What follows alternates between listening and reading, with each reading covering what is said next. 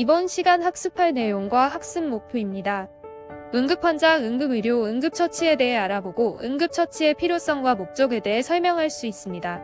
또한 응급처치 사례에 대해 알아보고 실무에 적용할 수 있습니다. 안녕하세요. 조병준입니다. 저는 강원대학교 응급구조학과에 근무하고 있습니다. 이번 주는 응급처치 개념 및 정의에 대해서 공부하겠습니다. 학습 내용을 알아보겠습니다. 첫 번째, 응급환자, 응급의료, 응급처치의 정의에 대해서 알아보겠습니다. 두 번째, 응급처치의 필요성과 목적에 대해서 학습해 보겠습니다. 마지막으로 응급처치의 사례에 대해서 공부해 보겠습니다. 응급환자란 무엇인가? 질병, 분만, 각종 사고 및 재해로 인해 부상이나 그 밖의 의급한 상태로 인하여 즉시 필요한 응급처치를 받지 아니하면 생명을 보존할 수 없거나 심신에 중대한 위해가 발생할 가능성이 있는 환자라고 보면 되겠습니다. 또는 이에 준하는 사람으로 보건복지부령에 정하는 사람을 말합니다. 두 번째, 응급의료란 무엇인가? 입니다. 응급환자가 발생할 때부터 생명의 위험에 회복되거나 심신상 중대한 위해가 제거되기까지의 과정에서 응급환자를 위하여 하는 상담, 구조, 이송, 응급처치 및 진료 등을 조치를 말합니다. 이것은 응급의료 법률에 관한 법에 관련된 내용입니다. 세 번째, 응급처치란 무엇인가? 이 과목에 대해서 가장 핵심인데요. 응급처치와 심폐소생술입니다. 그래서 응급처치의 정의를 좀 알아보겠습니다. 응급의료 행위의 하나로서 응급환자의 기도를 확보하고 심장 박동의 회복과 그 밖의 생명의 위험이나 증상의 현저한 악화를 방지하기 위하여 긴급히 필요한 처치를 말합니다. 이 또한 응급의료에 관한 법률의 정의입니다. 그러면 응급처치의 필요성에 대해서 말씀드리겠습니다. 응급환자와 가족 등이 응급상황에 처하게 될 경우 대비하고 손상 시 심각한 장애를 유발할 수 있으므로 올바른 응급처치 방법을 우리는 알아야 되겠습니다. 응급처치의 목적에 대해서 말씀드리겠습니다. 응급처치란 이 목적을 가지고 환자를 처치를 해 줘야 되는데, 첫 번째, 생명을 유지돼야 하겠습니다. 응급 상황에서 환자의 생명을 구하고 유지하기 위해서 응급처치를 해야 되겠습니다. 상태의 악화 방지를 위해서 질병이나 부상이 더욱 악화되거나 손상되는 것을 막기 위해서 상태의 악화를 방지하기 위해서 응급처치의 목적이 있습니다. 또 가능한 통증을 약화시키고 경감시키기 위해서 응급처치를 해야 될 것입니다. 또 회복 촉진입니다. 여러 가지 부작용이 최소화시킬 수 있고 또 가능한 빨리 회복하기 위해서 응급처치를 신속하게 환자에게 처치를 실시해야 될 것입니다. 또 의료인들이 치료 및 회복에 도움이 될 것입니다. 사전에 병원 전에 응급처치를 실시한다면 병원 내에서도 의료인들이 치료하고 회복하는 데 큰 도움이 될 것입니다. 그래서 사고 현장에서 만약에 응급처치를 신속하고 또 정확하게 함으로써 또한 의료인에게 이송되었을 때 정보를 상세히 제공함으로써 다음 치료와 처치에 도움을 주기 위해서는 반드시 병원 밖에서 일반인들이 목격한 그 목격자에 의해서 응급처치를 실시해야 될 것입니다. 만약에 여러분들이 길에서 어떤 환자를 발견했어요. 근데 불확실해요. 갑자기 환자는 쓰러졌어요. 아니면 스포츠 중에 부상을 입거나 갑자기 발병한 사람에게 즉시 적절히 처치를 제공하는 것이 바로 우리가 해야 될 응급처치고요. 최초 목격자 또는 우리가 알고 있는 일반인들이 응급 사항을 빠르게 인지하고 무엇을 해야 할 것인지를 판단하고 적절한 응급처치를 제공해야 될 것입니다. 이거에 관련된 내용들은 한번 여러분들이 동영상을 촬영을 하는 것이 촬영한 것을 한번 보여드리도록 하겠습니다. 그래서 축구 선수와 관련된 거하고 길 위에서 노인이 쓰러진 동영상을 시청하겠습니다. 네, 지난 주말 프로축구 K리그에선 광주FC 김효기 선수가 경기 중 상대 선수와 충돌해 의식을 잃는 아찔한 일이 있었습니다. 심판과 의료진 그리고 동료들의 발빠른 대처 덕분에 다행히 큰 사고는 피했습니다. 김종혁 기자입니다. 공을 향해 질주하던 광주 김효기가 상주 황병근 골키퍼와 강하게 충돌한 뒤 쓰러집니다. 김효기가 의식을 잃은 걸 확인한 조지음 주심은 곧장 경기를 중단시키고 의료진에게 들어오라는 수신호를 보냅니다. 이어 선수들과 함께 김효기의 기도 확보에 나섰고 다른 선수들은 경직된 김효기의 몸과 다리를 주물렀습니다. 심판과 의료진, 동료들의 발빠른 대처 덕분에 김효기는 의식을 회복했고 병원 진단 결과 큰 이상은 없는 것으로 확인됐습니다. 몸을 떨면서 굉장히 강하게 입을 다물고 있어서 혹시나 혀가 말려 들어가거나 그럴까봐 기도 확보하려고 좀 노력을 했습니다. 그라운드에서 신속한 조치가 빛났던 것은 이번뿐이 아닙니다. 2년 전 광주 이승모도 경기 중 의식을 잃었지만 관계자들의 빠른 대처 덕분에 선수 생활을 이어가고 있고 3년 전 20세 이하 대표팀 경기에서도 정태욱이 큰 부상을 피했습니다. 2011년 신영록 사고 이후 K리그가 안전대책을 강화한 덕분입니다. 이전에도 이런 일들이 있었기 때문에 그런 영상 자료나 교육을 통해서 응급처치하는 것들을 배워왔고 또 심폐소생술도 배워왔고 프로축구연맹은 K리그 구성원들에게 응급처치와 심폐소생술의 중요성을 한 번 더 강조하겠다고 밝혔습니다. 연합뉴스 TV 김종혁입니다. 응급 증상에 대해서 한번 말씀드리겠습니다. 신경학적 응급 증상이 있습니다. 급성 의식이 장애되는 장애증이 있고요. 급성 신경학적 이상이 있고 구토와 의식 장애 등의 증상이 있는 두부 손상이 있는 신경학적 응급 증상들이 여기에 있고요. 두 번째로 심혈관계, 그러니까 갑자기 쓰러져서 심폐소생술이 필요한 증상 하면 급성 호흡곤란 환자, 또 심장 질환으로 인한 급성 흉통, 아니면 심장이 막 뛰는 심계항진증이 가지고 있는 사람, 쇼크 환자, 이런 환자들은 모두 다 응급 증상을 가지고 있습니다. 세 번째로 중독 및 대사장애입니다. 심한 탈수로 뜨거운 날에 밖에서 운동을 하거나 등산을 오래 하거나 아니면 여러분 걷기 하거나 이랬을 때 심한 탈수 환자들, 또 약물 중독 환자들, 아침에 먹었는데 또 점심에도 먹고 저녁에도 먹고 많은 약을 먹은 중독 환자들이겠죠. 약물 중독, 또 알코올 중독, 그 외에 독성 물질 아니면 식물 이런 거에 음식물이라든지 이런 거에 중독이 있는 응급 증상이 있는 사람들이고요. 또 네 번째로 외과적 응급 증상을 가지고 있는 것들이 바로 심각한 응급 증상을 보이는 환자들입니다. 복막염이라든지 장이 문제가 있고 얼마 전에 어린아이가 장폐쇄증이 걸려가지고 이 병원 저 병원 수술을 못해서 결국 사망한 사례도 있었습니다.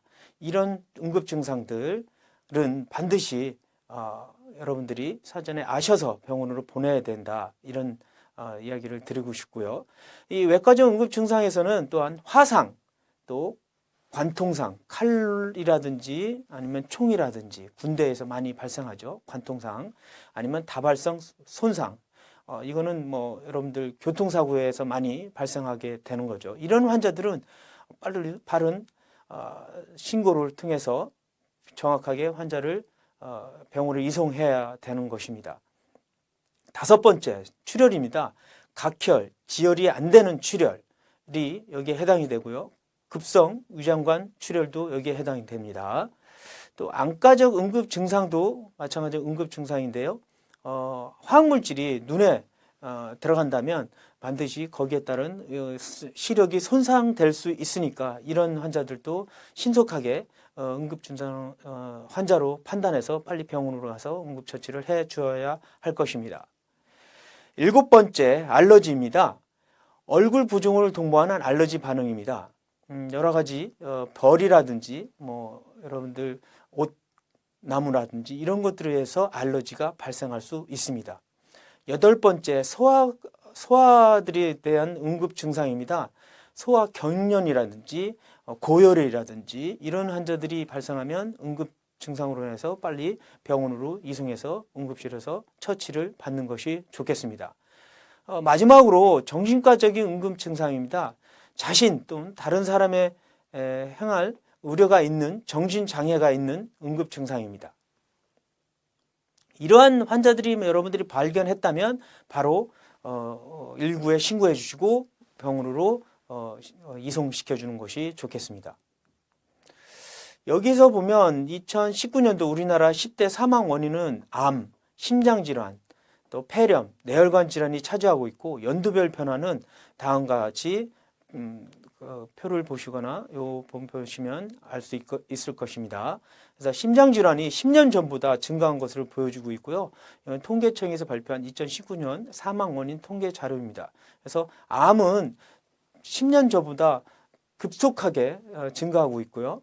그 다음에 심장질환이 예전에는 떨어져 있다가 3등 정도 있다가 지금은 한 2등 정도로 해서 점차 2019년도에는 심각한 질환으로 심장질환으로 해서 심정지를 발생하는 경우가 발생하는 사례가 높아졌습니다.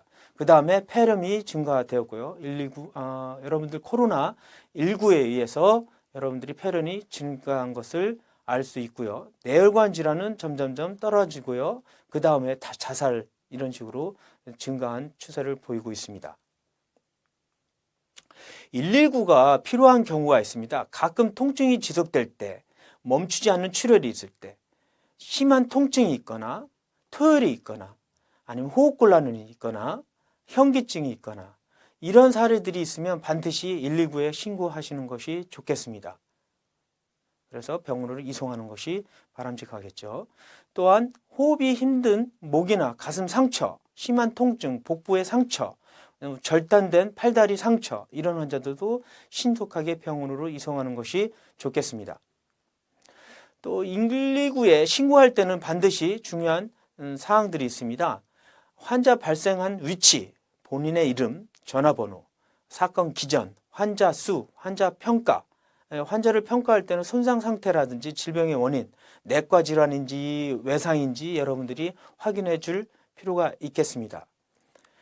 또 현장의 안정 상황에 대해서 여러분들이 파악해서 보고해 주시는 것이 좋겠습니다. 그분들도 안전을 위해서 미리 알고 있으면 그분들도 사전에 준비해서 오기 때문에 그렇습니다.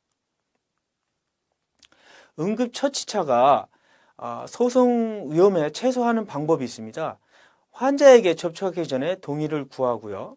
훈련 수준 이상의 응급처치를 하지 않는 것이 좋겠습니다. 여러분의 수준에 맞는 응급처치를 환자에게 적용하는 것이 좋겠습니다. 응급처치 내용을 환자에게 설명해 주고요.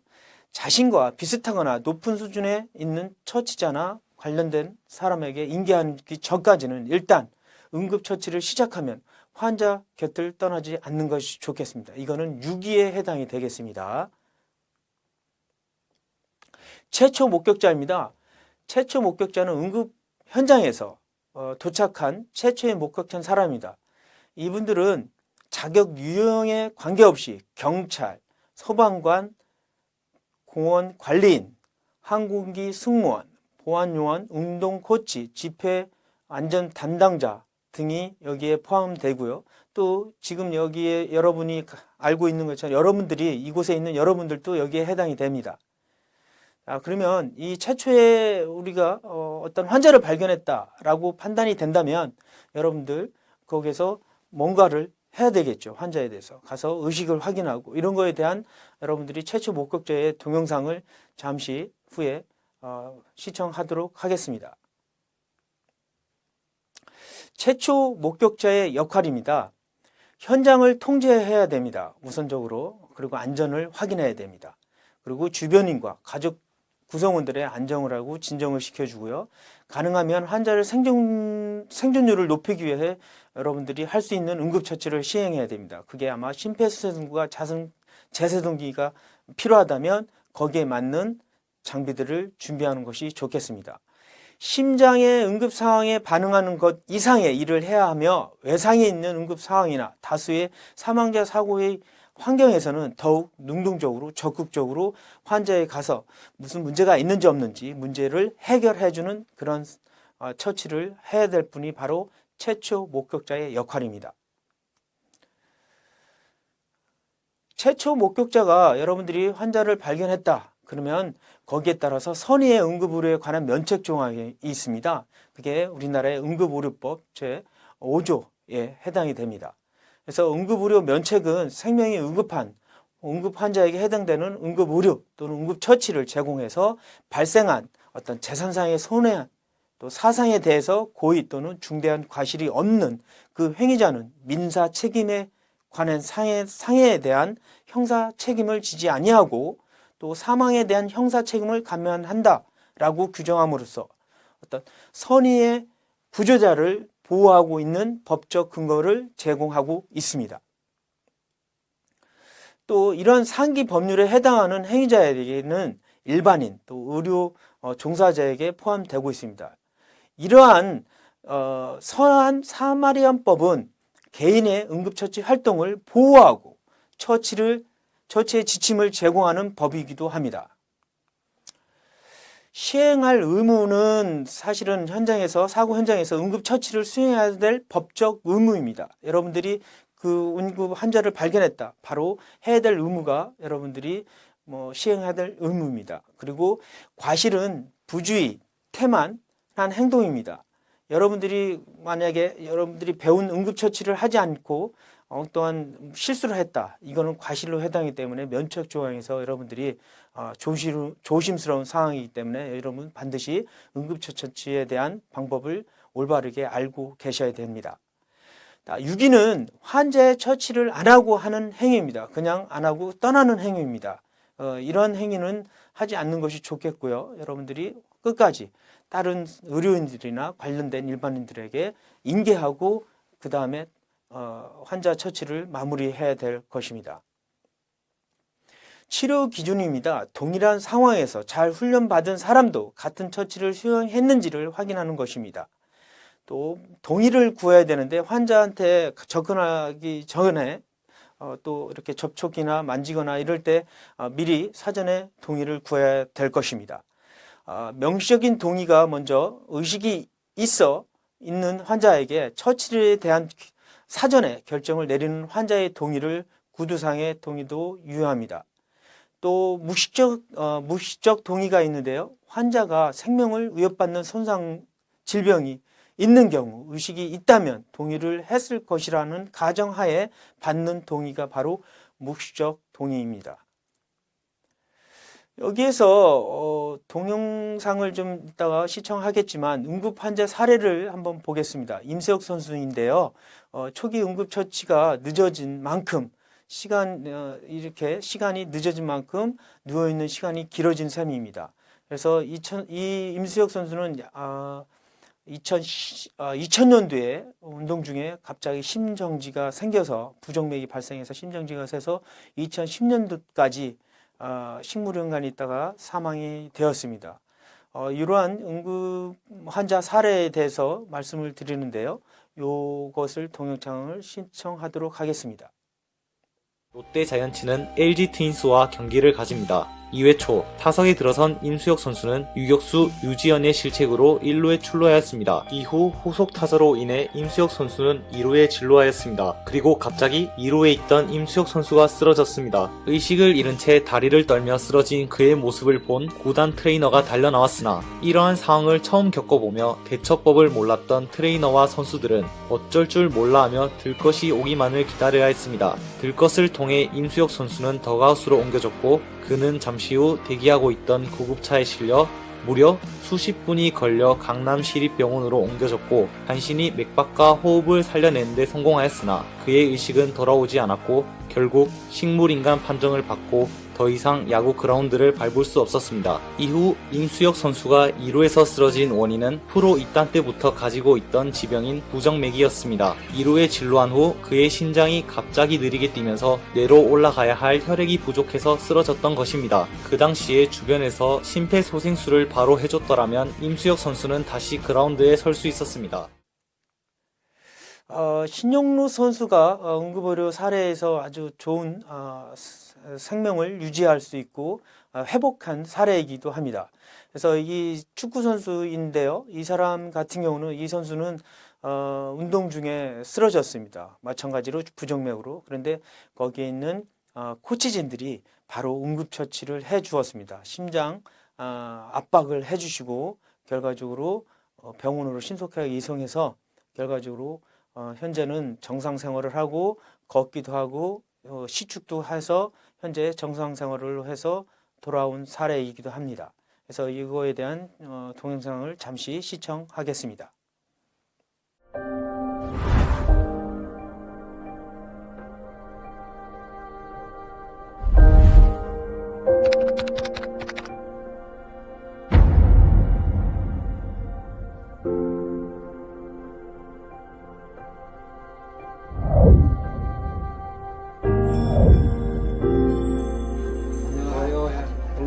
영록이 여기 손 한번 꽉 잡아봐.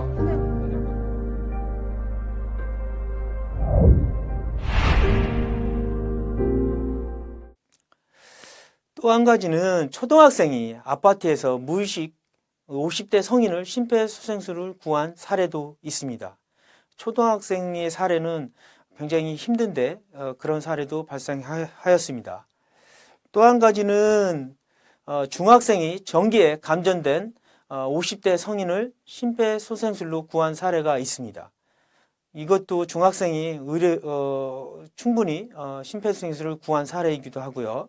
아까 초등학생이 소생하는 것도 아주 이례적인 사례이기도 하지만 충분히 심폐소생술로 성인을 구할 수 있다라는 사례이기도 합니다. 또 한 가지는 고등학생이 어머니를 심폐소생술로 구한 사례이기도 합니다. 보통 가정에서 많이 발생하기 때문에 그렇습니다. 심정지 환자가 일반적으로 가정 아니면 공공시설에서 많이 발생하기 때문입니다. 그리고 주부가 집에서 갑자기 쓰러진 남편을 심폐소생술로 구한 사례도 있습니다. 남편이 쓰러졌는데 거기에서 가슴이 아프다라고 이야기를 했을 때 거기에 따라서 주부께서 가슴을 때린 사례입니다. 그래서 이런 사례를 우리가 볼 수가 있겠습니다. 이상으로 응급환자, 응급의료, 응급처치에 대한 강의를 해드렸고요. 여러분들이 학습을 했습니다. 또 응급처치의 필요성과 목적에 대해서 말씀을 드렸고요. 또 응급처치의 사례에 대해서 알아보았습니다. 이상으로 수업을 마치겠습니다. 수고하셨습니다.